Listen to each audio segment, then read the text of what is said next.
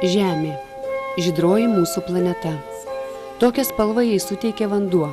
Tokia jis susiformavo per ilgą 4560 milijonų metų istoriją. Vanduo ateičiai.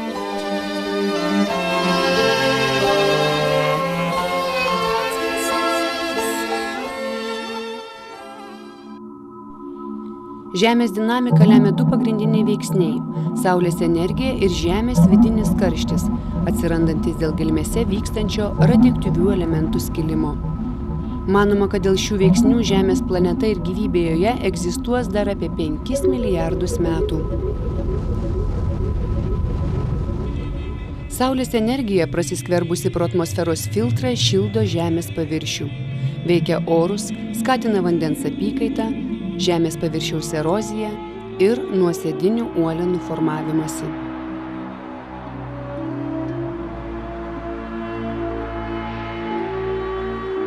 Žemės branduolyje vykstančių reakcijų ir traukos jėgos dėka uolienos slenka, maišosi, susidaro konvekciniai srautai, todėl juda ir Žemės paviršius. Veržiasi vulkanai, vyksta žemės drebėjimai, kyla kalnai, grimzta vandenynų įdubos, formuojasi nauja Žemės pluta, kurioje gausu žmogui taip reikalingų naudingų iškasenų ir mineralų.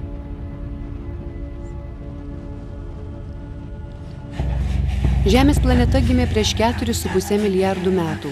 Nuolat kintantis ugnies kamuolys pamažu vėso. Tuomet Žemė dar neturėjo atmosferos. Į ją krentantis asteroidai bei gausūs vulkanų išsiveržimai sudarė sąlygas atsirasti vandens garams, amoniui ir metanui. Vėliau azoto, vandenilio ir deguonies junginiams. Pastarieji savo ruožtu suformavo įvairiausių elementų oksidus, iš kurių bene svarbiausias buvo anglies dioksidas. Taip palaipsniui atsirado Žemę saugantis atmosferos sluoksnis, be kurio bet kokią gyvybę Žemėje sunaikintų pražūtinga Saulės radiacija. Vanduo ir viskas, kas jame ištirpo, užpildė milžiniškas Žemės įdubas ir mūsų planetos paviršiuje įsiviešpatavo vandenynai. Per ilgą evoliucijos laikotarpį, maždaug per 2,5 milijardo metų, vandenyje atsiradus palankioms gyvybei sąlygoms, išsivystė pirmieji vienaląsčiai organizmai. Beveik po 3 milijardų metų susiformavo daugialąsčiai organizmai. Jie įvairėjo, evoliucionavo, išsikėlė į sausumą ir pakilo į orą. Dar po pusės milijardo metų Žeme ėmė vaikščioti pirmykščiai žmonės. Ir dabar vanduo yra pagrindinis gyvybę palaikantis gamtinis išteklius.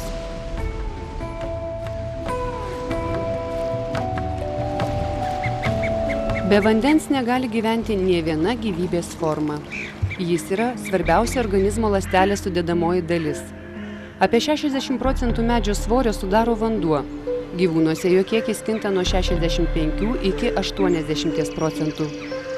2/3 žmogaus kūno taip pat vanduo. Beje, mūsų smegenyse vandens yra apie 75%, kauluose 22%, o kraujyje net 83% vandens.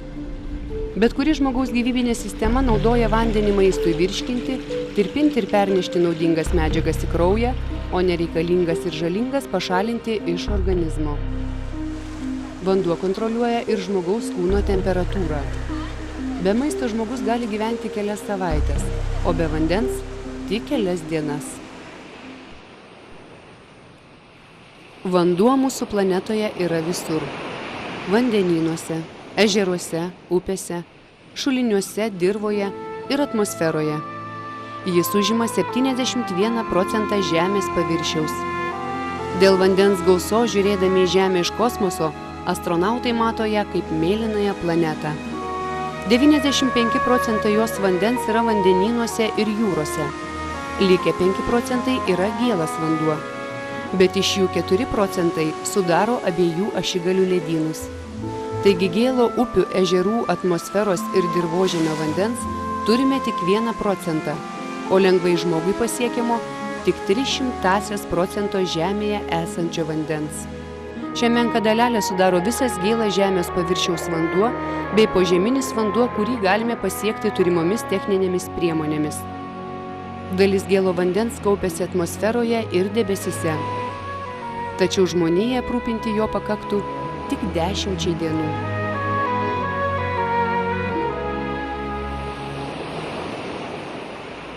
Vanduo nuolat juda. Iškritęs sniegas bei lietaus perteklius sukuria mažus ir didelius ežerus, jūras ir vandenynus. Didžioji dalis vandens nuteka upeliais ir upėmis. Lietaus lašeliai skverbiasi per smėlio ir molio sluoksnius, kaupiasi po žeme klinties plyšiuose ir porose, sukurdami požeminio vandens saugyklą. Požeminio vandens sluoksnį. Kaitinant saulei, pučiant vėjui ir veikiant oro srovėms, garai kyla nuo žemės paviršiaus, pievų, medžių ir vandens telkinių.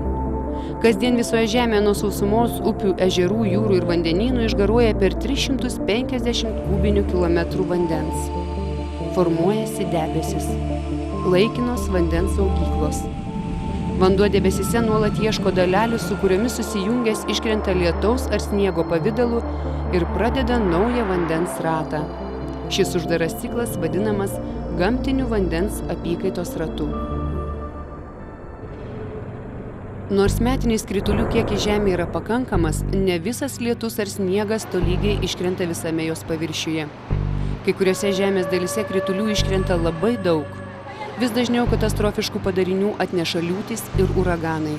Kyla neregėto masto potvyniai, griaunantis namus, tiltus, ardantis kelius, užliejantis dirbamus laukus, naikinantis pasėlius ir nusinešantis tūkstančių žmonių gyvybių. Pastaruoju metu gamtos siautėjimai neaplenkia ir Lietuvos. Užsemta šimtai namų, ūkinių pastatų, didžiuliai plotai pasėlių. Nelaimė išgyvenę žmonės skaičiuoja milijoninius nuostolius.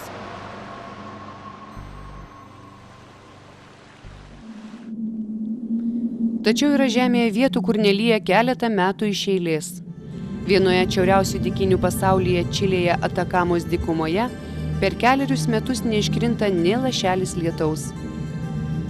Čia vyrauja druskynai. Vėjas tarsi smėlį nešioja išdžiūvusią druską. Tokiose dykumose vandens trūksta ne tik augalams ar gyvūnams, bet ir žmonėms. Sausose kraštuose labai daug vandens reikia žemės ūkio kultūrų laistymui. Jeigu aukštupių gyventojai intensyviai žemdirbystėje, augalininkystėje vystyti sunaudoja daug vandens, žemupio gyventojams jo ima trūkti. Tokiu būdu susidaro vandens krizė. Kyla konfliktai ne tik tarp aukštupio žemupio gyventojų, bet ir tarp valstybių. Daugiau kaip milijardas mūsų planetos gyventojų neturi tinkamo geriamo vandens. Afrikoje daugeliui gyventojų neužtenka švaraus vandens net valgiui pagaminti. Todėl be vandens negali būti net kalbos apie tinkamas sanitarinės sąlygas ar skurdo mažinimą. Lietuvoje buitiniams poreikiams naudojamas gėlas požeminis vanduo. Jis yra vartojamas buityje, gamybiniuose pramonės įmonių procesuose, žemės ūkio produkcijai gaminti, skiriamas gerti, gaminti maistui, praustis ir skalbti. Lietuvoje buities poreikiams vienas žmogus suvartoja apie 50-70 litrų vandens per parą. Skalbėmės, maudomės, laukiame baseinuose pilnuose švaraus skaidraus vandens ir net nesusimąstome, kaip ir iš kur vanduo mus pasiekia. Giliems arteziniams sluoksniams pasiekti naudojami specialūs gręžimo įrenginiai. Tokie gėlo vandens arteziniai gręžiniai gali siekti iki 300 metrų, o mineralinio vandens net daugiau kaip kilometrą.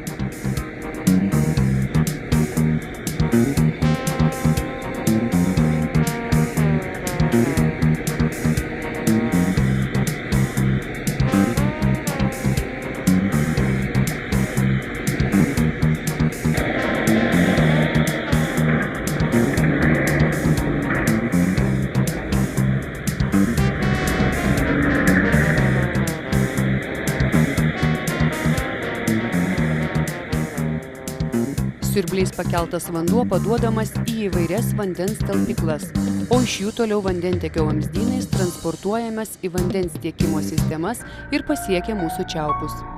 Daugumai mūsų miestų ir didesnių gyvenviečių geriamasis vanduo tiekiamas iš grupės artezinių gręžinių, kurie vadinami vandenvietėmis. Didžiuosiuose miestuose kuriamos centralizuotos vandens sistemos tiekiančios gyventojams geriamą vandenį. Senesnių namų savininkai dar iki šiol dažnai naudojasi gatvėje kelioms namų valdoms įrengtais slėgio čiaupais. Cheminiu požiūriu vanduo paprastas deguonies ir vandenilio junginys, bet kartu tai universalus tirpiklis. Šią savybę žmonės išmoko panaudoti tūkstančiais būdų. Todėl ir vandens poreikiai tiek buityje, tiek pramonėje milžiniški.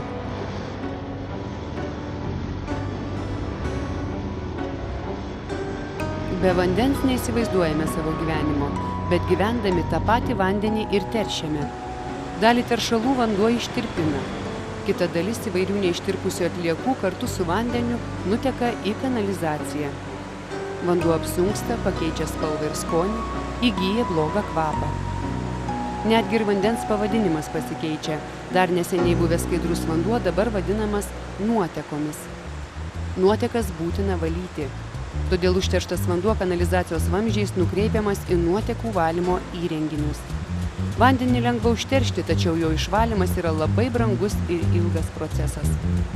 Pabandykime pasiekti vandens kelią sudėtinguose nuotekų valymo įrenginiuose. Pirmiausiai vanduo prateka pro mechaninius filtrus, kurie sulaiko stambias šiukšles.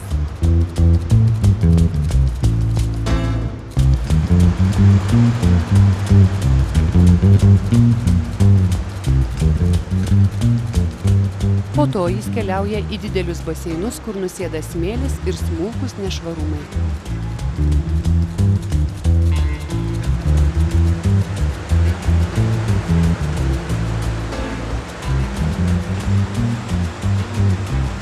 Tuomet vanduo patenka į aeracijos baseinus. Čia jis prisotinamas deguonies. Dideli oro siurbliai pučia orą ir maišo vandenį, o gyvosios bakterijos sunaikina organinius teršalus ir netgi naftą. Tačiau jeigu su nuotekomis kartu patenka nuodingų cheminių medžiagų, jos sunaikina naudingas bakterijas ir vanduo tinkamai neišvalomas. Tuomet procesas užtrunka, bakterijas tenka užauginti iš naujo ir netinkamai išvalytą vandenį dar kartą grąžinti į aeracijos baseinus.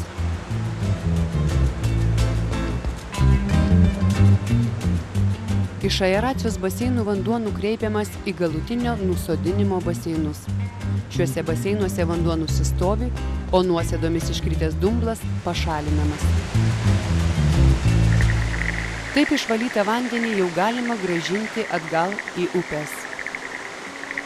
Dabar vanduo ir vėl yra švarus. Lietuva jūrinė valstybė. Jos mylėtus krantus skalauja Baltijos jūra. Dėl savo uždarumo ir lėtos vandens apykaitos, pagal dydį ir vandens kiekį, Baltijos jūra priklauso mažoms jūroms.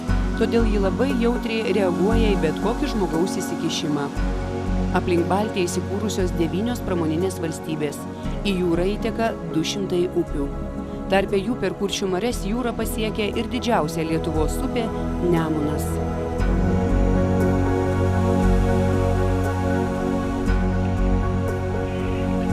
Nemunas, kaip ir kitų šalių upės Dauguva, Odra, Narva, Neva, savo vandenimis atplukdo blogai išvalytas nuotekas.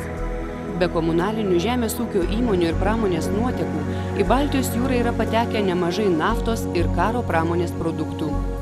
Gamtosaugininkai paskaičiavo, kad kasmet į šią jūrą patenka iki 2000 tonų naftos produktų.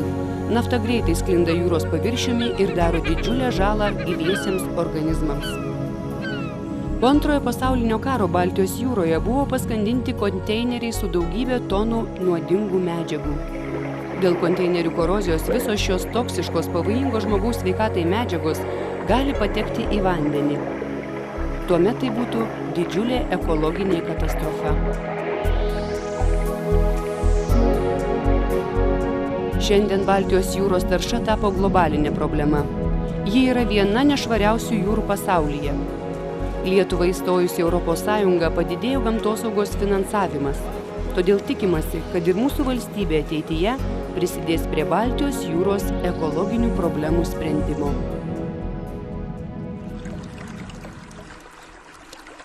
Lietuviai nuo seno gerbė ir garbino vandenį. Prie vandens telkinių statė gyvenvietės, juo prausėsi, prie jo ilsėjosi, vandeniu gydėsi ligas. Požeminiai šaltiniai šimtmečiais buvo pagrindiniai mūsų protėvių geriamo vandens ištekliai. Tačiau jie yra nematomi ir sunkiai pasiekiami. Žinodami šią paslaptį, žmonės nuo seno kasdavo šulinius. Šulinys ar gręžinys tai paprasta dirbtinė ertmė žemėje, kurios tik dalį užpildo slėgio neturintis požeminis vanduo. Deja, tokius negilius šulinius nesunku užteršti. Kartais žmonės net nesusimastydami išsikasa juos šalia tvartų, kuriuose laikomi galvijai, arba aplink sodybas plyti trąšomis purškiami laukai, netoliese įsikūrusios fermos, degalų saugyklos. Nors šulinių vanduo atrodo švarus ir skanus, dažnai jis būna užterštas bakterijomis ir nitratais. Tokį vandenį gerti ir naudoti maisto gaminimui labai pavojinga. Jei bakterijas galima panaikinti mechaniniu biologiniu būdu, tai nitratų iš vandens išvalyti neįmanoma. Nitratais užterštas geriamas vanduo patekęs į žmogaus organizmą gali sukelti sunkių sveikatos sutrikimų. Deja, Lietuvoje iki 55% iškastų šulinių yra užteršti nitratais ir bakterijomis.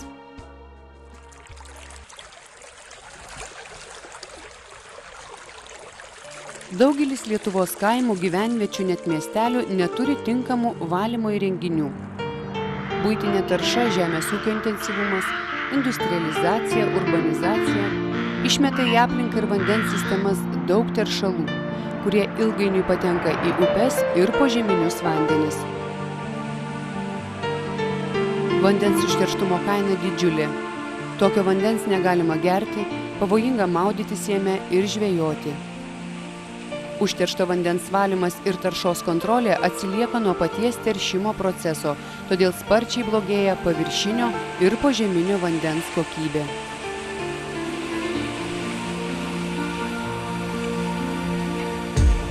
Ypač pavojinga užteršti požeminį vandenį. Tokią taršą pamatome ne iš karto.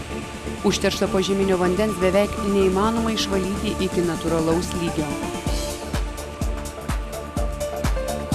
Dėl nerūpestingos ir aplaidžios žmonių ūkinės veiklos, kai kurie požeminiai vandens sluoksniai tampa naftos produktų kaupyklomis.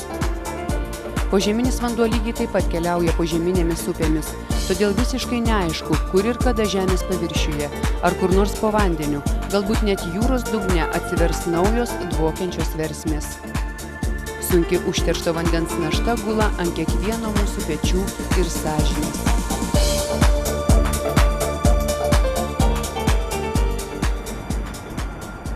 Šiandien daugelį Europos valstybių švarus vanduo suprantamas kaip Dievo dovana.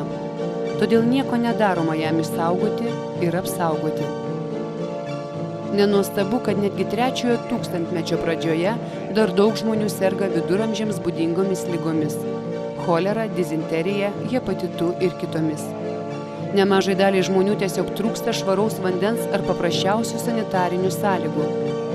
Iš maždaug 877 milijonų Europos ir Centrinės Azijos gyventojų beveik 140 milijonų, tai yra 16%, neturi vandentiekio. 85 milijonai, 10%, neturi reikiamų sanitarinių sąlygų. O 41 milijonas, tai yra 5%, iš viso neturi sveiko geriamojo vandens.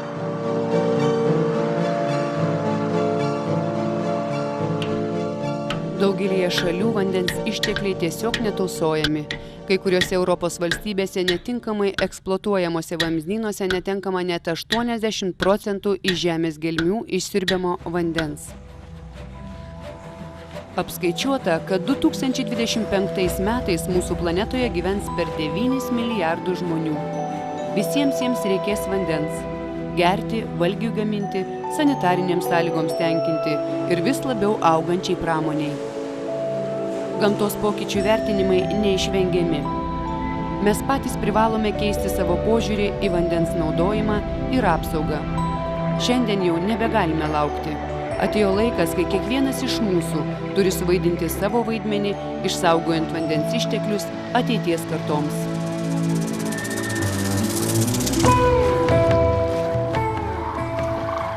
Tuo metu gamta vis labiau žeidžiama žmogaus veiklos tęsia nenutrūkstamą gyvybės ratą. Saulė šildo žemę, griaudžia griaustiniai, lyja lietus, šniokščia upės, auga medžiai. Tikėkime, kad ir žmonija kūrė modernias idėjas ir puoselėja naujas viltis apie ateitį, kurios neįsivaizduojame be visai žemės gyvybei taip reikalingo vandens.